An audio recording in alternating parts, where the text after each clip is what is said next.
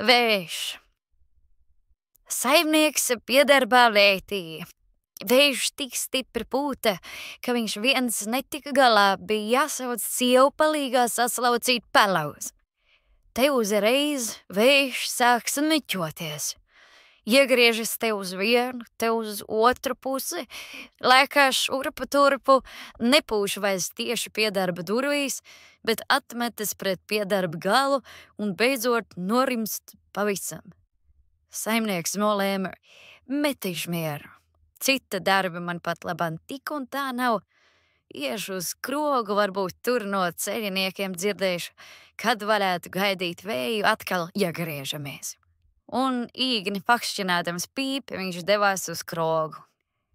Saimnieks panācies kādu gabaliņu no mājām, pēkšņi ierauga tavu brīnumu. Kadeķu krūma pēnā viņš sūt, šis laiskais vējš, slimers tāds, sūt, jā, kadeķu krūma pēnā. Kājās tam veces un nošļukusas bikses, bet pašam viens sans sarkans, otrs zilmelns. Saimnieks skaļies mēs, vējš tūlīt pamodās satrūcies. Kas ir? Kas ir? Ak tā gan, kas ir? Sacīja saimnieks. Labāk paraugies, kāds tu izskaties.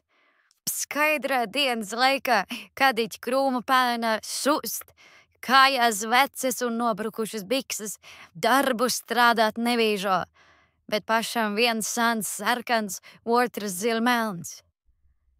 Nu vējš žēlā balsī sāk gauži lūgties.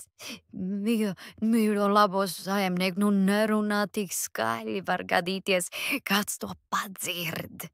Es jau pats zinu, ka man viens sans sarkans, otrs zilmelns, bet ko es tev varu darīt? Esmu izmēģinājies visādas pesteļus, nelīdz ik nekas. Tikai tu Dieva dēļ par to nevienam nesaki, nu sāks vēl izsmiet.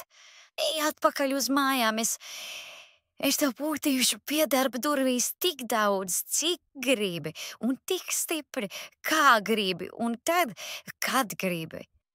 Kopš tā laika labības veitītāji vienmēr sasvilpo sev vēju, jo baidās, ka tas atkal kaut kur kadiķa krūma pēnā nolicies gulēt.